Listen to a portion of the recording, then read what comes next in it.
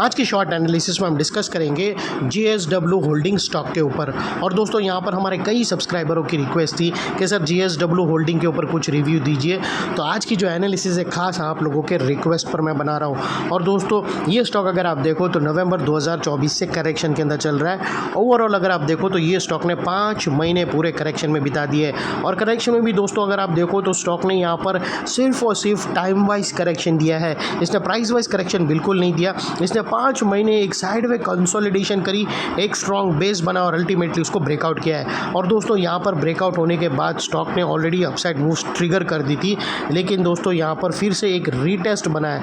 लोग यहाँ पर कंटिन्यूसली हमें पूछ रहे थे इसके ऊपर, ये स्टॉक के ऊपर, लेकिन दोस्तों मैं इसीलिए नहीं दे रहा था क्योंकि इसके RSI वो टाइम पे ओवरसोल्ड है और मुझे आशा थी कि ओवरसोल्ड को कूल ऑफ करने के लिए यहाँ पर एक रीटेस्ट बनेगा। और एग्जैक्टली दोस्तों यहाँ पर एक रीटेस्ट करने आया है और रीटेस्ट से दोस्तों ये स्टॉक अपसाइड टर्न हो रहा है। तो यहाँ पर जो हमारी बाई साइड की जो अपॉर्चुनिटी बनेगी वो एक रीटेस्ट एंट्री के जैसी बनेगी। लेकिन फ्रेंड्स यहाँ पर भी अपसाइड में जो मल्टीपल पॉजिटिव फैक्टर्स ट्रिगर हुए हैं वो इसीलिए है दोस्तों कि यहाँ पर जो अपसाइड हमें मिली है वो तकरीबन 20 से 25% की है। लेकिन यहाँ पर कोई भी हमारी बाय सेल होल्ड रिकमेंडेशन बिल्कुल भी नहीं है। ये प्योरली एजुकेशन पर्पज से मैं अपना पॉइंट ऑफ व्यू आप लोगों के सामने शेयर कर रहा हूँ। कोई भी पोजीशन लेने से पहले अपने फाइनेंशियल एडवाइज़र को ज़रूर कंसल्ट कर लेना। और दोस्तों यहाँ पर अगर आप देखो तो स्टॉक के अंदर ये वो टॉप था, यहाँ पर फ्लैट करेक्शन के through, flat ABC pattern correction के थ्रू करेक्शन आई। और दोस्तों यहाँ पर एक ऐसी पैरेलल चैनल बनी थी जिसके अंदर कुछ लोअर लोज ट्रिगर हुए। फ्रेंड्स अगर आप देखो तो फर्स्ट लोअर लोज यहाँ पर ट्रिगर हुआ था और सेकंड लोअर लोज यहाँ पर। और जैसे ही ये downward sloping parallel channel upside में ब्रेकआउट हुई, इसने ये हायर हाइस को ब्रेक करके उसके अबाउ सस्टेन क्लोजिंग देकर यहाँ पर कंफर्म कर दिया करेक्शन कंप्लीटेड। और दोस्तों जब तक इसके लोअर लोज प्रोटेक्टेड है, इसके अपसाइड पोटेंशियल का पूरा रास्ता ओपन है। और फ्रेंड्स बात कर लेते हैं यहाँ पर चार्ट पैटर्न की। तो फ्रेंड्स अगर आप देखो तो यहाँ पर हमें एक ज़बरदस्त, क्योंकि ये फ्लैट करेक्शन था तो यहाँ पर हमें फ्लैट पैरेलल चैनल मिली है दोस्तों, फ्लैट पैरेलल चैनल मिली है। और दोस्तों ये जो रेंज है जो ऑलरेडी ब्रेकआउट हो चुकी है और एग्जैक्टली दोस्तों ये जो नेकलाइन का एरिया था दोस्तों अगर आप देखो तो नेकलाइन के पास ही, क्योंकि दोस्तों अगर आप देखो तो जो रिवर्सल मिला है वो एग्जैक्टली नेकलाइन के पास ही मिला है।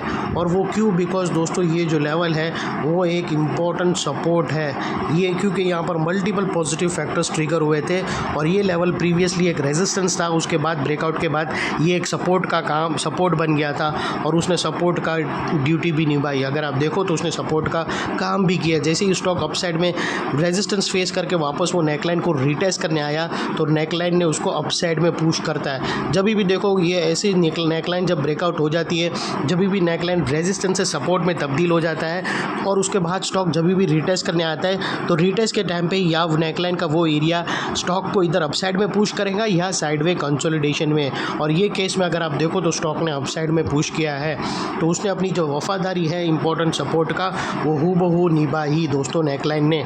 और दोस्तों यहाँ पर जो एंट्री की जो पोजीशन बनती है वो कुछ इस तरह से बनती है कि दोस्तों यहाँ पर एक अगर आप देखो तो एक रेंज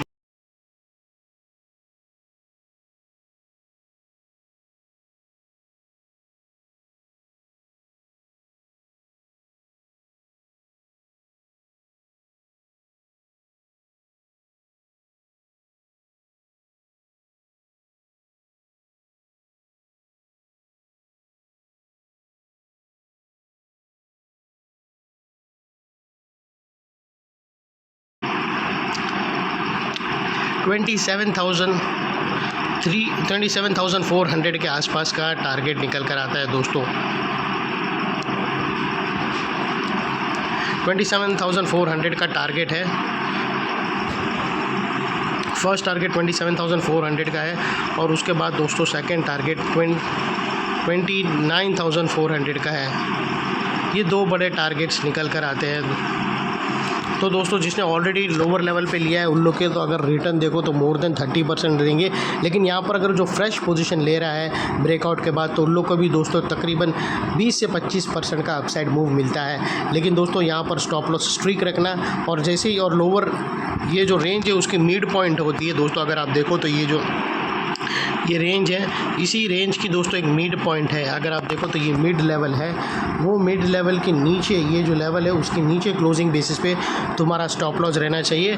या फिर दोस्तों अगर तुम्हें ये रेंज के ऊपर एक ब्रेकआउट कैंडल मिलेगी तो वो ब्रेकआउट कैंडल के लो के नीचे भी क्लोजिंग बेसिस पे रख सकते हो, या फिर जैसे ही वो ब्रेकआउट के ऊपर आपको ब्रेकआउट कैंडल मिले उसके बाद आप ATR की भी हेल्प ले सकते हो।